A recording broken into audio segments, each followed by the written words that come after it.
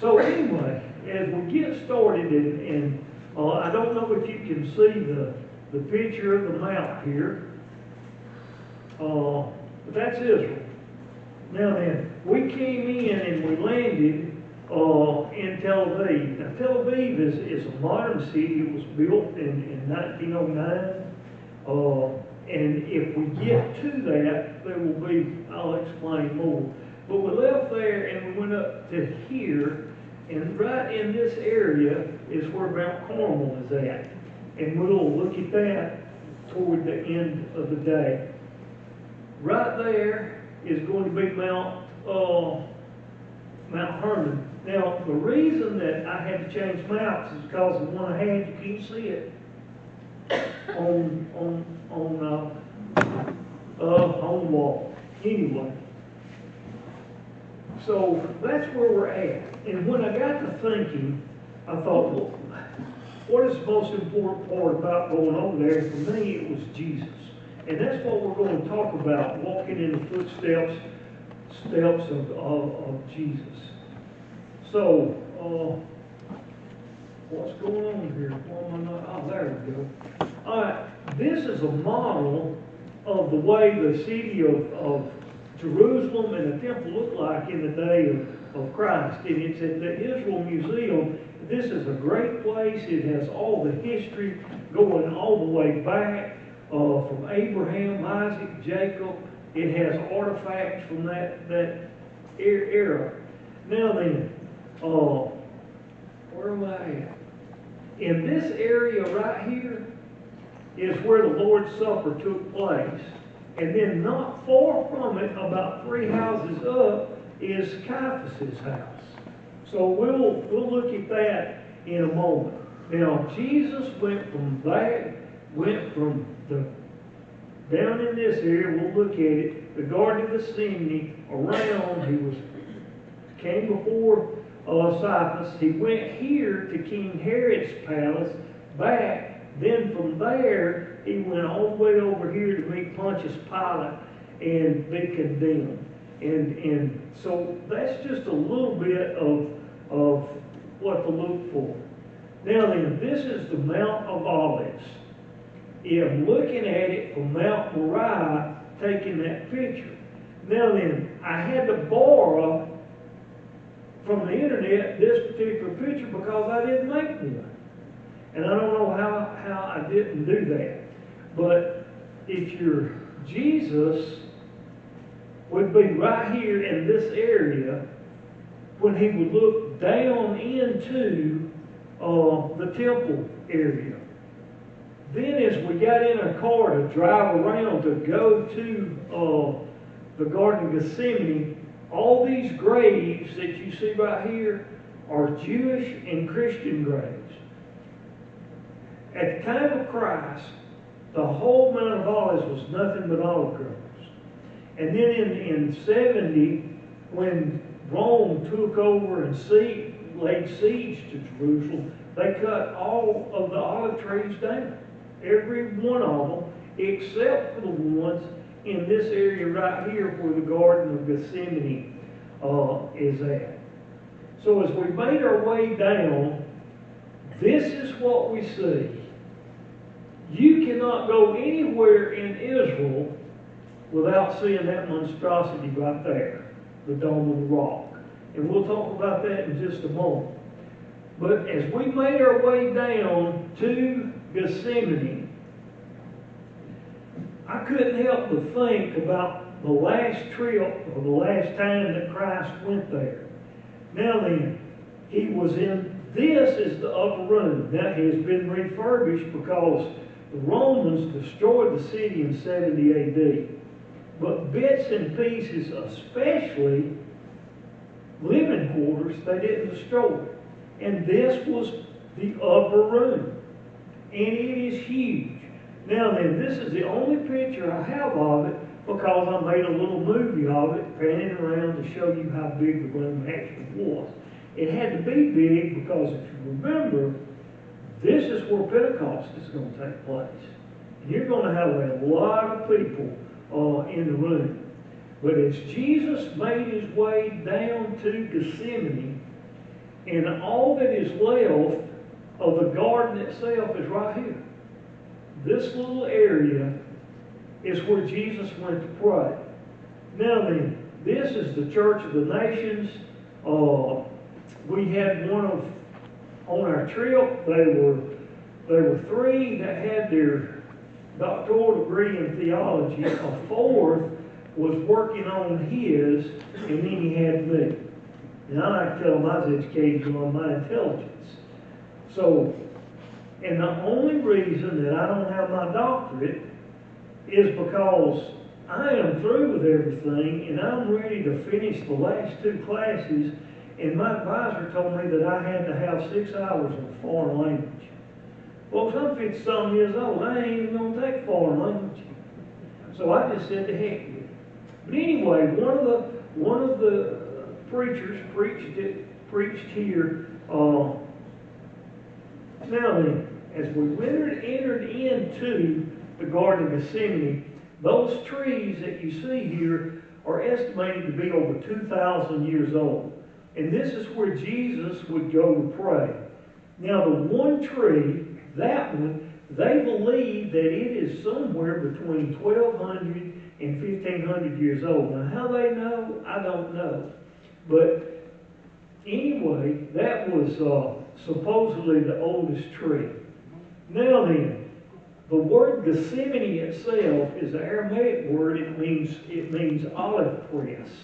And when you look at the olive press, this right here is what they would put the olives in. They would roll that stone over them to crush the olives or to break them over in order that they could get the pit out.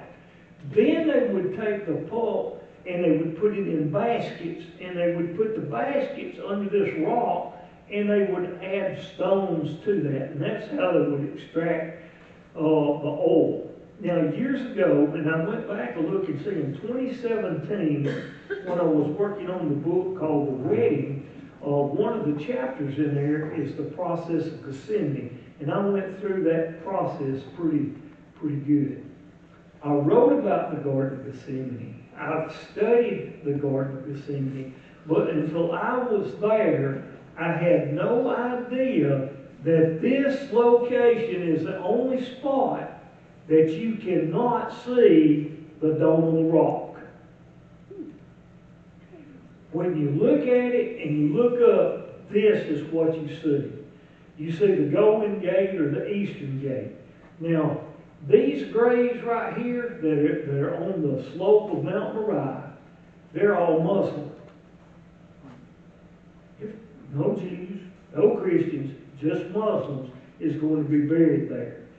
Now then, why is this important to us as we look at it? Now, so this gate, the Golden Gate or the Eastern Gate,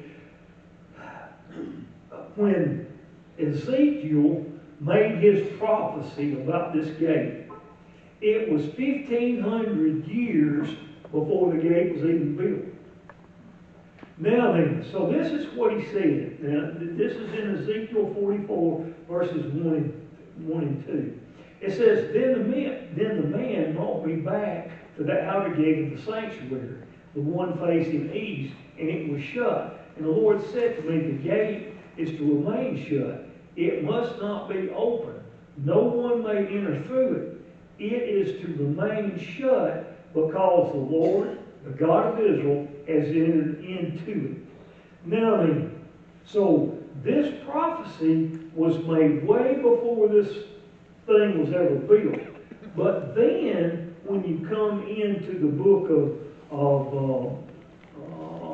Zechariah, Zechariah in chapter 14, verse 4, he is going to kind of explain in his prophecy a little bit better. He says that the Messiah's feet will stand on the Mount of Olives from where he will enter Jerusalem through the very gate. So when Christ comes back, he is fixing to kick the gate, kick those doors open, and those doors were shut in the year 1541 by Solomon. Not Solomon.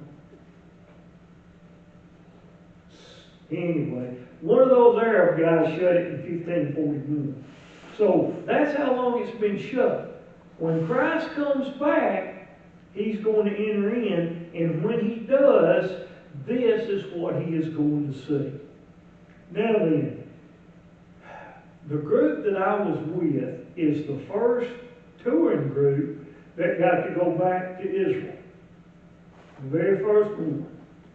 Now then, Christians and Jews are not allowed on the Temple Mount. But since things had changed during October the 7th, from when they raided Israel and killed 1,500 people, and it's open to tourists, even the Muslims want those tourist dollars.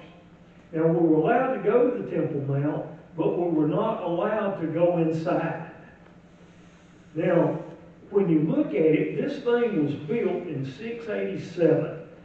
It took them 9 years to build it. So the question is, and if you listen to the Muslims and you listen to the liberal idiots, they're going to tell you, oh, this is a big religious thing for the Muslims because it is from here that Muhammad had his night vision and he ascended into heaven and this is where he returned. Well, folks, that ain't the reason. Now then, in Blount County, when Michael and I, along with about 10 other preachers our age, young preachers, we were married. We already had families. When we decided to go back and get that education to know more about the Bible, I chose not to go into theology, but to go into history. And my history is from the 5th century BC to the 1500s AD. So that's my general. The reason that this thing was built was so that the Muslims, or so Islam, could have political authority over Israel and over Jerusalem. They wanted to completely wipe out Christianity because it was growing. So that is the reason.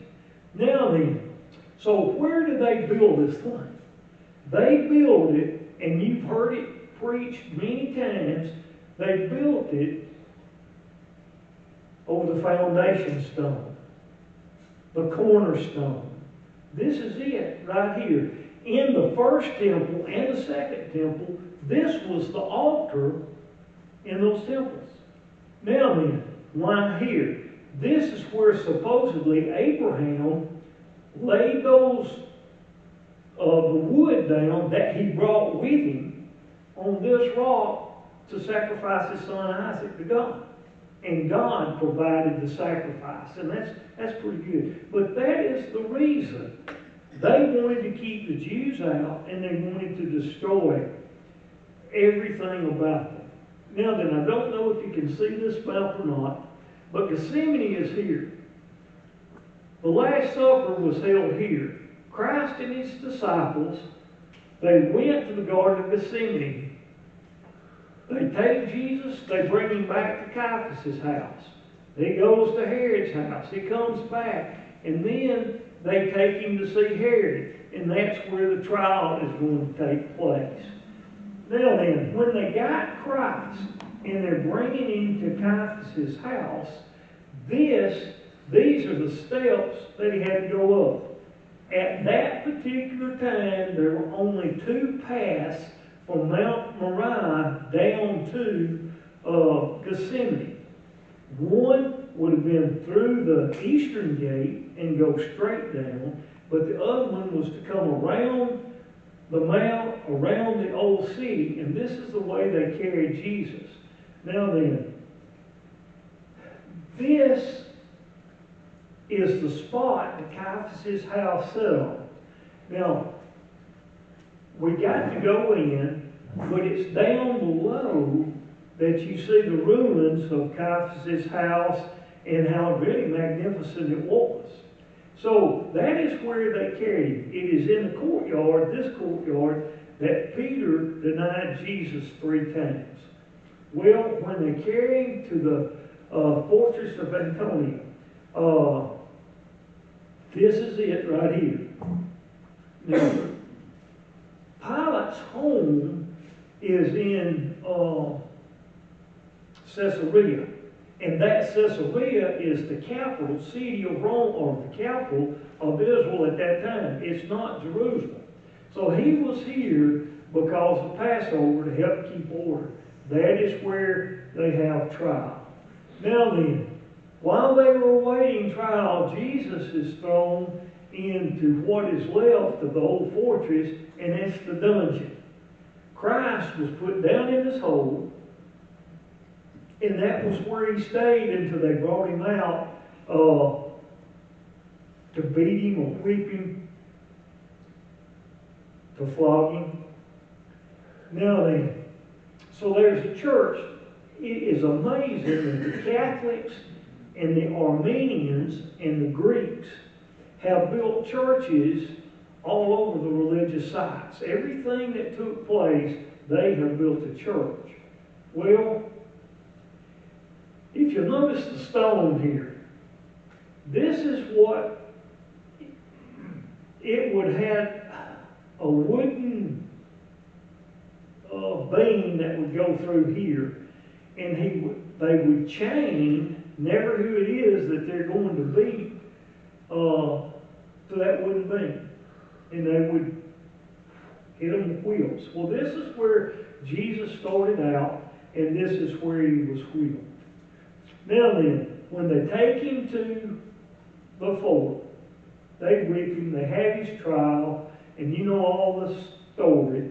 Well, then he takes his path. You know, you've heard of the 14 stations of the cross. Well, this is where it starts. And it's down the Via Dolorosa, and that means way of sorrows. And Jesus went that way. Most of that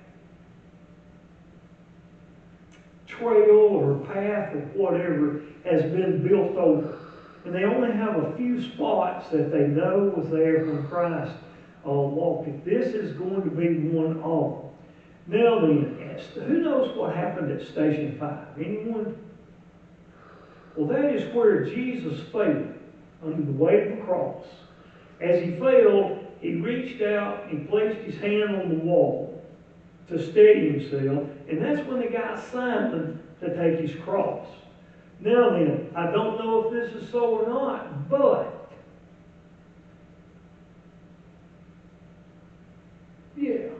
here is where supposedly Jesus caught himself and put his hand. And that is station 5. I don't know if that's so or not, but I put my hand there anyway. So they take Christ to here. Does that even look like can't see it very good in my thing, but right here, supposedly, if it had a better picture, you would see that kind of looks like the cross. The skull. An older picture, this picture was made in the early 1900s.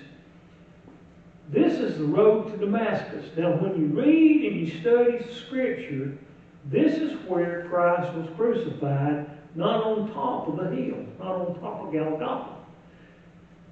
You see this area here? What the Romans would do when they would carry out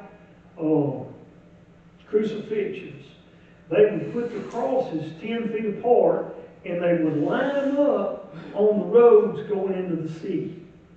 And they have crucified as many as 400 people at one time.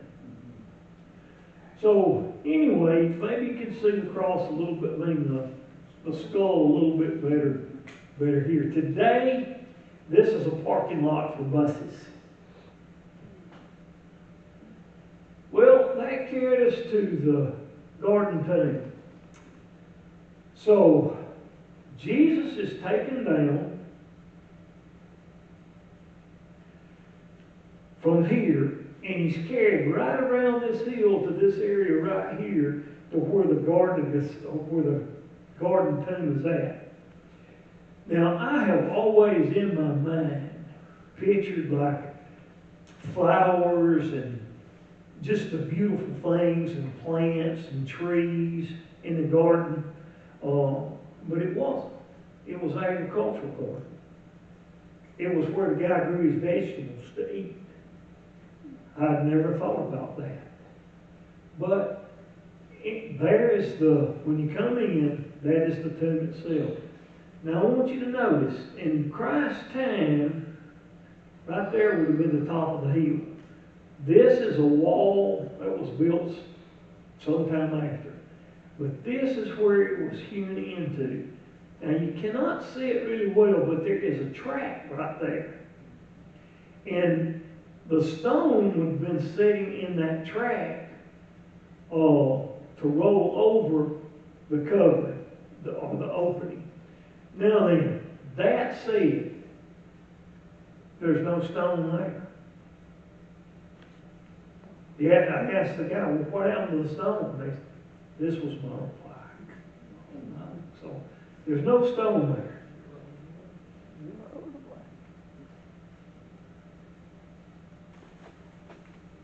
Now then, when you go in, this is the tomb itself. The slab that he laid on was right here. Okay? So you go in, you enter in, there's a step down there, and there's a step down up here at the head.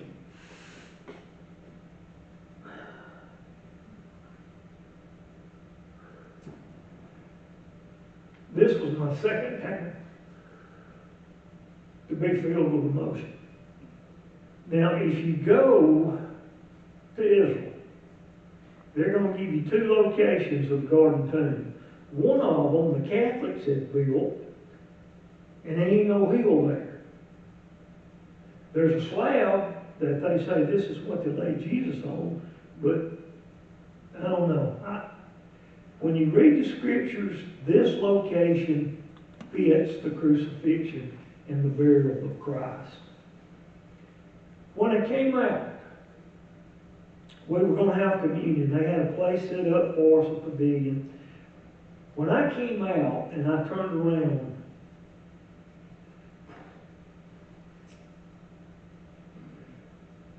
we actually thought that this was a dogwood tree in full bloom. You got to realize we're there in February, early February, and it's their spring.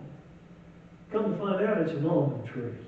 Well, folks, it took a breath away. I'm here to tell you.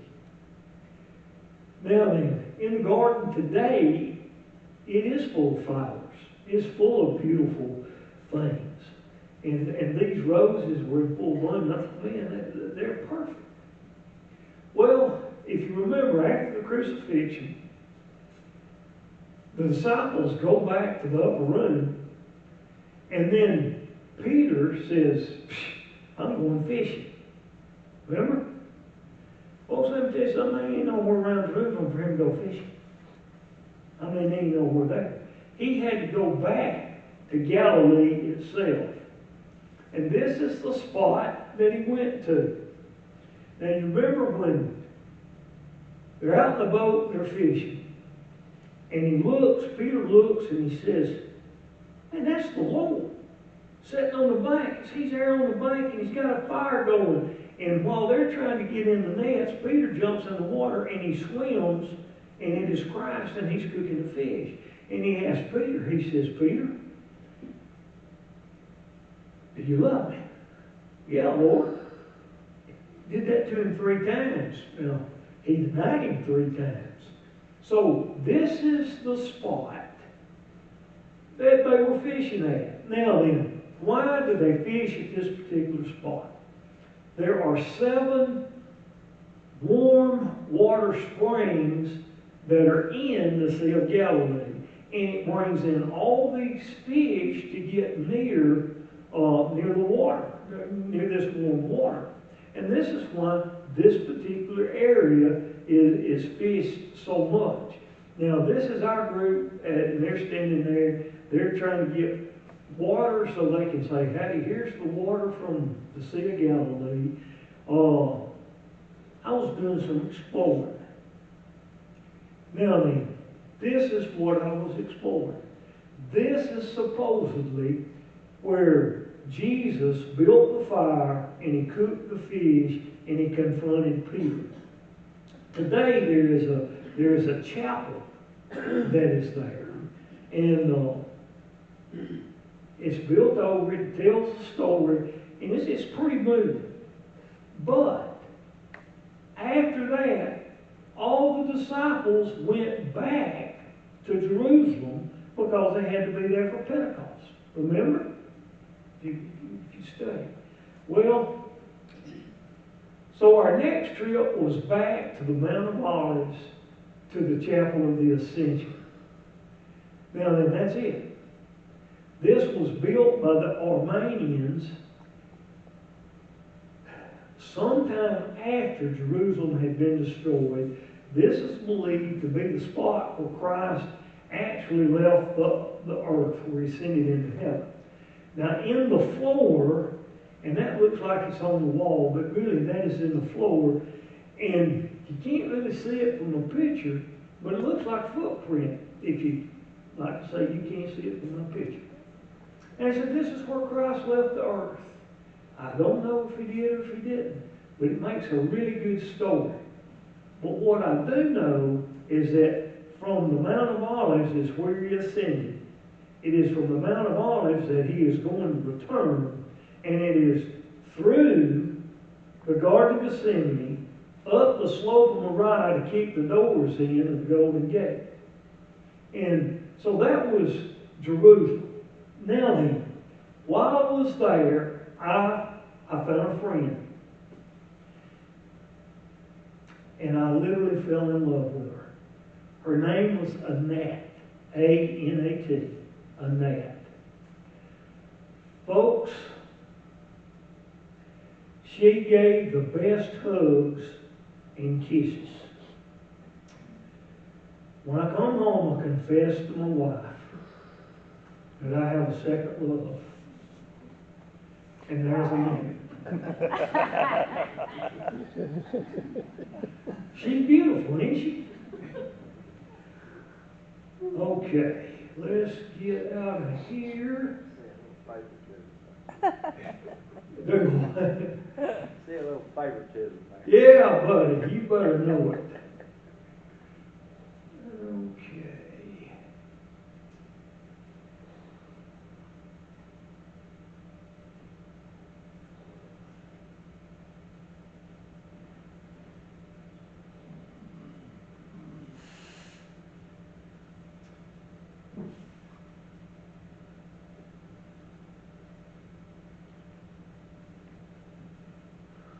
Okay, you can't see the mount too good, but like I say, there's the mount in Jesus' time.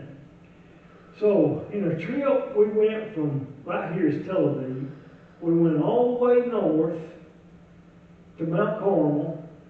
We came all the way down to the Dead Sea, to Masada. We were heading here when the IDF turned us around. Hamas was stirring up some more stuff right here in Gaza. Oh, when we're going to Mount Hermon, the IDF turned us around because Lebanon was shooting at the IDF, at their soldiers. So we didn't get to go there. But I never did feel threatened or anything. So from Alabama, the way of Germany, the way of Israel, it was 13 and a half hours to go to Germany, another 5 hours to get to Israel. Now we flew Lufthansa. Now then, these seats are not ours. We had to walk through first class in order to get to our seats. And that was them. They did feed us dinner when we got on. It was not very good. And they did feed us breakfast. I think what I was eating was an egg salad sandwich. It was not very good either. Landed in Frankfurt, and then from Frankfurt we went on to Israel. Now, if you can see, this is Great Britain or England. That is the size of Israel compared to it. Now then, it's only a little over 8,000 square miles, 263 from long, 71 miles wide. Population, world population of the Jews is 15.8 million people. The population in country, in Israel, is only 9.7. Now, this next one is a kicker. 1.7 million Jews live in New York. 1.7 million. In their mayoral election, there was only 2 million votes cast out of the city of over 8.5 million people. If you got 1.7 million Jews living in that city, how in the world did a Muslim get elected mayor? Anyway, I shouldn't be political, but I am. Okay, when we flew in, this is Ben Shalom Airport. It's in Tel Aviv. What I found fascinating is there are only 3 international airports in Israel. You and I can only land in one. Okay, and that is this one. I told you a while ago that Tel Aviv was a modern city. It is a beautiful city. The beaches are gorgeous. In the last, never how many days we hit. We got out of Israel 4 days before the United States hit Iran. They shut down all flights. On that day, all flights were shut down. Our flight was canceled. They were making arrangements to try to get us home, and we were going to come in 3 groups. One guy was going to have to fly for it by himself. Guess who that one guy was going to be? Going to be me. They had loaded me on the bus or the van, and I was on my way to the airport because I was fixing to leave right then. We got nearly to Tel Aviv.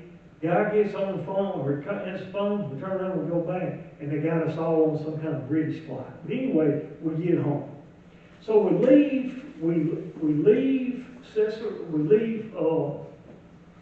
Tel Aviv, and we go to Caesarea. Now this is the capital city of Rome at the time. Now then, the ruins that you see right here is part of Herod's palace. He had a huge palace that was built there. And this here was his pool, swimming pool. We went out, if that was a back door, I guess. You went out there into his pool. Beautiful, beautiful area. This is some of the remains. Now then, 4 years ago, they're constantly doing archaeological work. 4 years ago, they found that there was a dungeon down under the palace. And this is where Paul spent 2 years. Remember, he was arrested. He spent 2 years in Caesarea.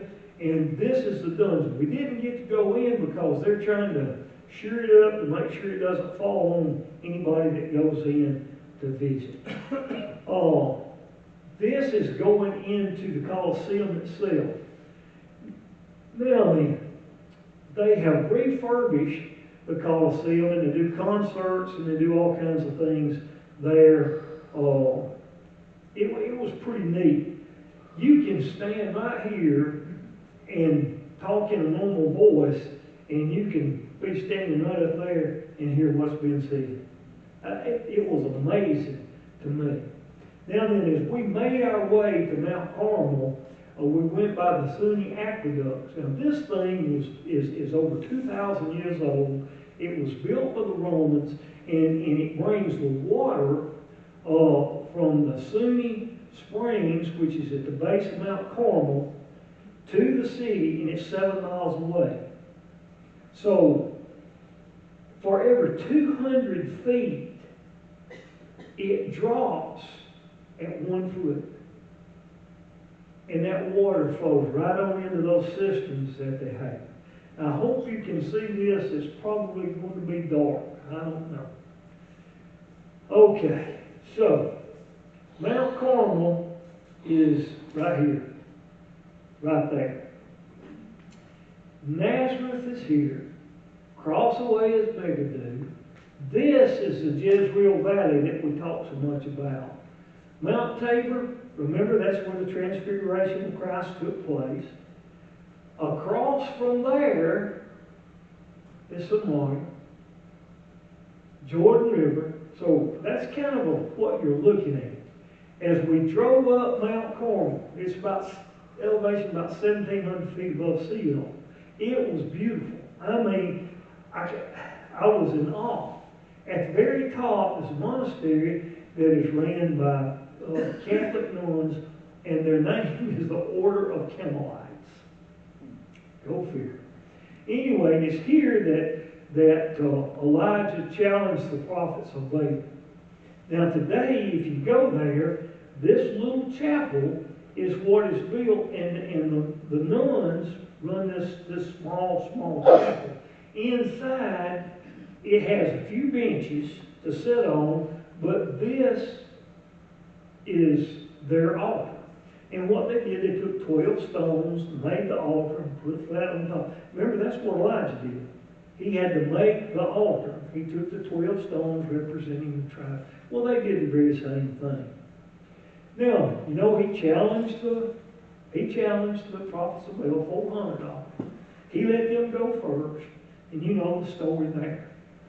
The real story is when you step around the side and you see this. Now this is looking toward the west from Mount Carmel, back toward the Mediterranean Sea. You see they grow all this food. Then, if you look back toward the center, across the valley toward Mount Gilboa, remember this is where Saul was defeated by the Philistines. He asked his sword bearer to kill him, and the sword bearer wouldn't. And Saul took his sword and fell on it to kill himself. Well, that, you can't see it, but I can. Right in there is Mount Gilboa. Okay. So, all right. More of the valley. Looking back toward the Jordan River, more of the valley. And then you look down range, and that's what you see. Now, why is the Jezreel Valley so important? Number one, it has always been the breadbasket of Israel. They grow everything there. Bananas, you name it, they grow it. Everything. Now then, so there is Mount Tabor. Go all the way to Gilboa. Why is this valley so important? Does anyone know? Exactly. The Battle of Armageddon is going to be fought right here. Right there. Now, folks, it's going to be a heck of a battle. And you look how big that valley is, and the blood's going to flow to as deep as it is to ride on a horse. That's big, man. Mount Tabor, I just had to get the picture. Because I want you to notice, in Israel, it's not like around here. We go outside the church before we get home, to our home, we will have passed by 10, 20, 30 houses just to get their own house. You don't do that in Israel. Everybody lives in cities. No one lives outside the city. Reason is because Israel, the government, owns the land, and they need every inch of that land to grow food. So apartments or to own a place here is going to cost, in American money, would be about $1,200 a month. So where it is, that's supposed to be where it all started, is in Bethlehem. So this is a picture of modern day Bethlehem. Is that right? Yep. Okay. So there he is. That's the other guy. All right. As we are making our way toward where Christ was born, These are the ruins that we passed by, the houses that were there. So remember I told you everything has a church built over the top of it? Well, the Catholics have built a place here too, and they call it the Church of the Nativity. Now then, this church was built somewhere around 325, 326 AD. And the reason it was built is because Constantine's mother, who was the Emperor of Rome, was a Christian. She went to the Holy Lands and she visited the site of the Nativity. She comes back, she tells her son, you better build something over that and preserve it. And he did. Well, when you go into the church, this is what you see up front. Folks, it is beautiful. I mean, it is gorgeous. And then you have to make your way down to where Christ was born. Supposedly, he was born right here somewhere. So, my buddy Randy takes a picture of me trying to touch it. Now, when we talk about the way they lived and through these ruins, I hope you can see it. This is the type of house that they lived in. Under the bottom is the stables. Down here in the stables is where they would do the cooking. This is where they kept their animals. Up on the next level is where they would live. Now then, nearly every house at that time in the first century would have had two rooms. They would have had a room that they slept in, and then they would have had a room for guests. At the time that Jesus was born, the population of Bethlehem was probably 200 people. That ain't very many people, folks. But it grew because of the census, and all the people that were kin to David, or the offspring of David, they had to go back to this city to be registered. So, no wonder there was no room for them in the end. So, she gives birth. That's kind of what the houses look like. Was he born in a house like I don't know? Was that the spot he was born in? I don't know. But I tell you what, when I got fired up, it was in the Garden of Gethsemane. I got fired up, in the upper room. I got fired up in the tomb, and I got fired up right here. Now then, this little grotto, or this little chapel, is built over the site where the shepherds were staying. Those shepherds feeding their field and the flocks by night. Folks, if you know anything about history and you study anything about shepherds, at night they did not stay in the fields. They didn't. They would build an arbor, and they would fix a door, and the shepherd would put the sheep in there, and he would sit in the door to keep the animals from coming in. Okay? Or, there are thousands upon thousands of small caves or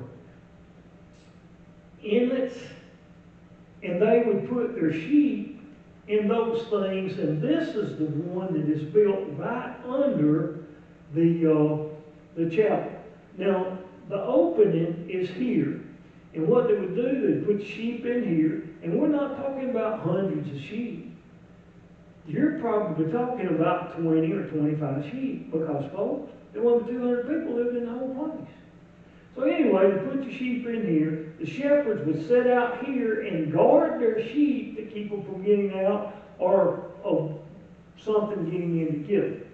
Now it's a chapel. Pretty neat. I'm going to go back to this. While we were here, when we were supposed to go a couple of years ago, I was asked to preach at Mount Carmel. Well, that didn't happen. Well, my buddy Randy Cater, I like to tease him, call him Dr. Cater. He asked me if I would do a devotion in here. And I told him, well, now Randy, I'm supposed to preach back in Jerusalem. He said, no, you're gonna do something here. Whew. We had church. We had the best singing you ever heard in your life. And it just echoed off those little, it was just so beautiful. Well, here's where he was born, Nazareth. Oh, I got to hurry. These are the ruins that are going up to Mount Precipice. This is the mount, when you overlook Mount Precipice, there's Tabor in the foreground. Well, here it is. If you remember in John chapter 4, when he preached, Jesus was preaching in Nazareth, they come to him, he said, I'm the Son of God. They was going to get him and throw him off the mountain. Now then, there's people that, well, he jumped off that mountain. I don't think he did. I think he did just like he did back in Jerusalem. I think they couldn't see him, he just disappeared. Hey, we're talking about a supernatural God here, you know. There is the Sea of Galilee. My biggest disappointment was because the Sea of Galilee was not as big as I thought it was. It's only 13 miles long, 8 miles wide, 141 feet deep. My goodness, you got places up to Lake Dunful like that. But that is it. There's the lake. There is where he fed. That's where Peter and them went fishing. Capernaum. This is Jesus' home. This is where he taught from. At that time, it was believed there was about 1,200 people that lived here. That church you see is built over what they believe was Peter's mom's house. This is the synagogue itself inside. This is Sermon on the Mount where he preached. As you look down, Jesus would be sitting down at the bottom. People would be sitting on the hill here, looking down toward him. Randy would be down here. I'm probably several hundred feet from him, and he's talking in a normal voice, and I can hear him. Folks, unbelievable. This is where the miracle of Cana took place. How many of you have ever heard that the wedding was of Jesus' sister? It's why he was there. Have any of y'all ever heard that? Well, good deal. All right. So, that's it. I finished right on time. Any questions? Two things. Tell us about being baptized in the Jordan, and how was it floating in the Dead Sea? You cannot sink in the Dead Sea. You're going to float. Don't matter how you can't stand up, people. You just, and it gets you. The mud from the Dead Sea, I have had, I don't know what you call it on my head, roughs, tufts, it doesn't heal, put lotion on it. One of the women slapped mud on top of my head. I don't have those rough spots anymore. So that was there. We went through a lot of cosmetic companies are built on the Dead Sea because of the healing properties of the water and of the mud. So that's there. Now then, in the baptism, so Randy's mother went, and she and I are the same age, been friends forever, even when he was a little squirt. She says, Coach, I'm not going to get baptized. I said, Mom, you told me you was going to get baptized. I brought all my stuff so I could get baptized. She said, well, it's too cold. I said, hey, what are you going to do? Let's pray about this thing. And anyway, we were baptized. So when you get there, they have a spot set up, and you go in and you change, and they give you robes put on. So you make your way, and they have a place for you to be baptized. And I wanted Randy